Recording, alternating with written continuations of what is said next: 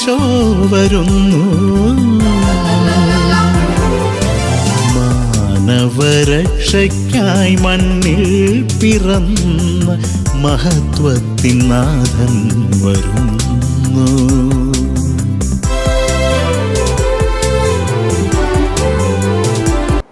അവൻ വരുന്നു എന്ന തലക്കെട്ടിൽ ആഗമനകാല വിചിന്തനങ്ങളുടെ 2ാം എപ്പിസോഡിലേക്ക് നിങ്ങളേവരെയും ഹൃദയപൂർവ്വം സ്വാഗതം ചെയ്യുന്നു. ആഗമനം ഒരുക്കത്തിൻ്റെ കാലമാണ്. ക്രിസ്തുവിൻ്റെ ജനനത്തിനായിട്ടുള്ള ഒരുക്കമല്ല, മറിച്ച് നമ്മുടെ ജീവിതത്തിൻ്റെ വിവിധ മണ്ഡലങ്ങളിലേക്ക് വിള്ളലുകൾ വീണ വ്യക്തിജീവിതത്തിൻ്റെ ഉയർച്ച താഴ്ചകളിലേക്ക്, ബന്ധങ്ങളുടെ നൂലാമാലകളുള്ള കുടുംബങ്ങളിലേക്ക്, ഐക്യവും സ്നേഹവും ഊട്ടി വളർത്താൻ പരിശ്രമിക്കുന്ന ചെറു സമൂഹങ്ങളിലേക്ക് കർത്താവിനെ ക്ഷണിക്കാനുള്ള സമയമാണിത്. Last year's words belong to last year's language, and next year's words await another voice എന്ന് T.S. എലിയട്ട് പാടിയിട്ടുണ്ട്. കഴിഞ്ഞ വർഷത്തെ വാക്കുകൾ കഴിഞ്ഞ വർഷത്തിൻ്റെ ഭാഷയുടെ ഭാഗമാണ്. എന്നാൽ അടുത്ത വർഷത്തിൻ്റെ വാക്കുകൾ ഒരു പുതിയ സ്വരത്തിനായി കാത്തിരിക്കുന്നുവെന്ന്. ആഗമനകാലം അത്തരത്തിലുള്ള ഒരു പുതിയ സ്വരമാണ്.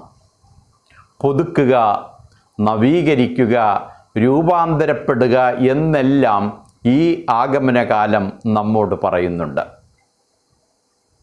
ലൂക്കായുടെ സുവിശേഷം 3-ാം അധ്യായം 4-ാം വാക്യത്തിൽ നാം വായിക്കുന്നു, കർത്താവിന് വഴിയൊരുക്കുവിൻ, മലകൾ കുന്നുകൾ നിരപ്പാക്കുവിൻ, ഗർത്തങ്ങൾ സമതലങ്ങളാക്കുവിനെന്ന്. ആഗമനകാലം നമ്മുടെ അഹങ്കാരത്തിൻ്റെ കുന്നുകളും മലകളും നിരപ്പാക്കാനും നിരാശയുടെ ഗർത്തങ്ങളിൽ പ്രത്യാശയുടെ മണ്ണ് വിതറി സമതലമാക്കാനും ഉള്ള ഒരു ക്ഷണമാണ്.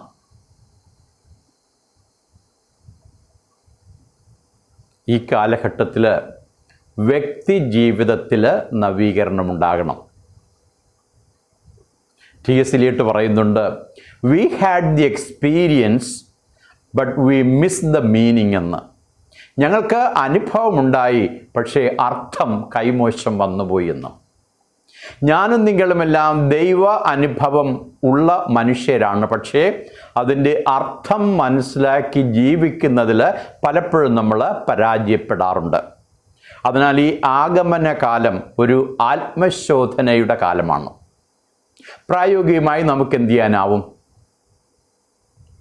നമ്മുടെ മനസ്സുകളെ അസ്വസ്ഥമാക്കുന്ന ഒരു ചിന്ത, അനാവശ്യമായ ഒരു ശീലം, ഒരു പാപം, ഇങ്ങനെ എന്തെങ്കിലുമൊക്കെ നമ്മൾ കർത്താവിൻ്റെ പക്കൽ കൊണ്ടുചെന്നിട്ട് ഇത് മാറ്റിത്തരണമേ എന്ന് പ്രാർത്ഥിക്കാനുള്ള അവസരമാണിത്. കുടുംബ ബന്ധങ്ങളിൽ നവീകരണത്തിൻ്റെ സമയമാണിത്. ഫിലിപ്പിയക്കാർക്ക് എഴുതിയ ലേഖനം 1-ാം അധ്യായം 6-ാം വാക്യത്തിൽ നമ്മൾ വായിക്കുന്നു, നിങ്ങളിൽ ആരംഭിച്ച സത്പ്രവൃത്തികൾ നമ്മുടെ കർത്താവായ യേശുക്രിസ്തു വഴി പൂർത്തിയാക്കുമെന്ന് എനിക്ക് ബോധ്യമുണ്ടെന്ന്. കുടുംബം എന്ന് പറയുന്നത് ദൈവത്തിൻ്റെ ഒരു സത്പ്രവൃത്തിയാണ്.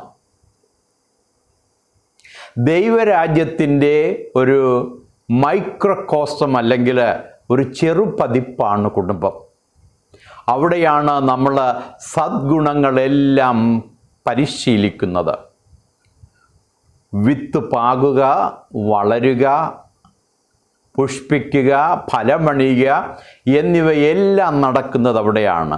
സ്നേഹവും സേവനവും ക്ഷമയും അനുകമ്പയും ആർദ്രതയുമെല്ലാം. അതുകൊണ്ടായിരിക്കണം T.S. എലിയട്ട് പറയുന്നത്, home is wear one starts from. എല്ലാത്തിൻ്റെയും തുടക്കം ഭവനത്തിലാണ്. തുടക്കം മാത്രമല്ല, ഒടുക്കവും തന്നെ. അതായിരിക്കണം വിദേശത്ത് മരിക്കുന്ന നമ്മളെ ബന്ധുക്കളെ ഭവനത്തിൽ കൊണ്ടുവന്ന് അന്ത്യമൊഴി ചൊല്ലാനായി നാം പരിശ്രമിക്കുന്നത്. അപ്പോൾ ഇങ്ങനെയൊക്കെയാണെങ്കിൽ നമ്മുടെ ആഗമന കാലത്ത് കുടുംബത്തിൻ്റെ പശ്ചാത്തലത്തിൽ പ്രായോഗികമായി നമുക്ക് എന്ത് ചെയ്യാൻ സാധിക്കും? ഒന്ന്, കുടുംബാംഗങ്ങളെല്ലാവരും ഒന്നു ചേർന്ന് ആഗമനകാല തിരി കൊളുത്തി പ്രാർത്ഥിക്കുക. രണ്ട്, ഈ മാസത്തിൽ അല്ലെങ്കിൽ ഈ വർഷത്തിൽ നമുക്ക് ലഭിച്ച ഏതെങ്കിലും ഒരു നന്മയ്ക്കെന്തെങ്കിലും നമ്മൾ നന്ദി പറയുക. മൂന്ന്, ഒരു നേരമെങ്കിലും കുടുംബാംഗങ്ങളെല്ലാവരും ഒന്നിച്ചിരുന്ന് ഭക്ഷണം കഴിക്കാൻ പരിശ്രമിക്കുക. സമൂഹത്തിൽ നവീകരണം ഉണ്ടാകേണ്ട സമയമാണിത്. ലൂക്കായുടെ സുവിശേഷം 3-ാം അധ്യായം 6-ാം വാക്യത്തിൽ നമ്മൾ വായിക്കുന്നു, സകല മനുഷ്യരും ദൈവത്തിൻ്റെ രക്ഷ കാണുമെന്ന്.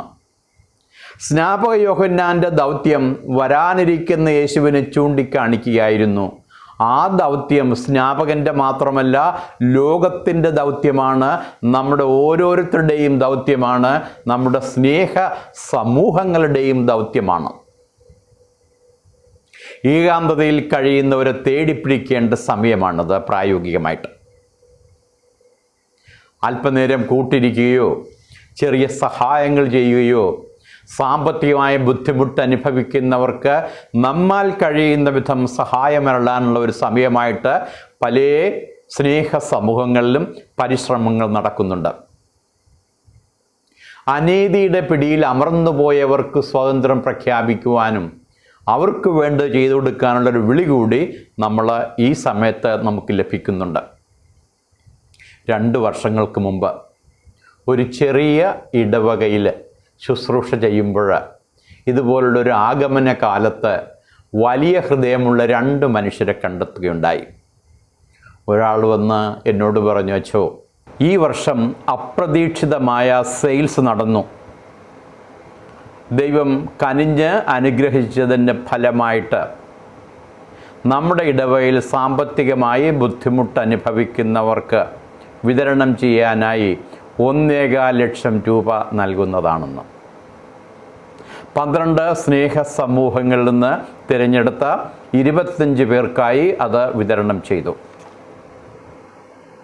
എൻ്റെ മറ്റൊരു സുഹൃത്തും തൻ്റെ സഹപ്രവർത്തകരും അവർ ജോലി ചെയ്യുന്ന കമ്പനിയിലെ CSR ഫണ്ടിൻ്റെ പിൻബലത്തോടുകൂടി 2 മനോഹരങ്ങളായ ഭവനങ്ങൾ ഏതാനും മാസങ്ങൾക്കുള്ളിൽ നിർമ്മിച്ച് താക്കോൽ ദാനകർമ്മം നടത്തി. ആ 2 വലിയ മനസ്സുകളെയും ഞാൻ നമിക്കുന്നു. അവരുടെ കുടുംബങ്ങളെയും ഉണ്ണി ഈശോ പ്രത്യേകം അനുഗ്രഹിക്കട്ടെ എന്ന് പ്രാർത്ഥിക്കുന്നു. വീണ്ടും TS എലിയട്ടിലേക്ക് മടങ്ങിപ്പോവുകയാണ്.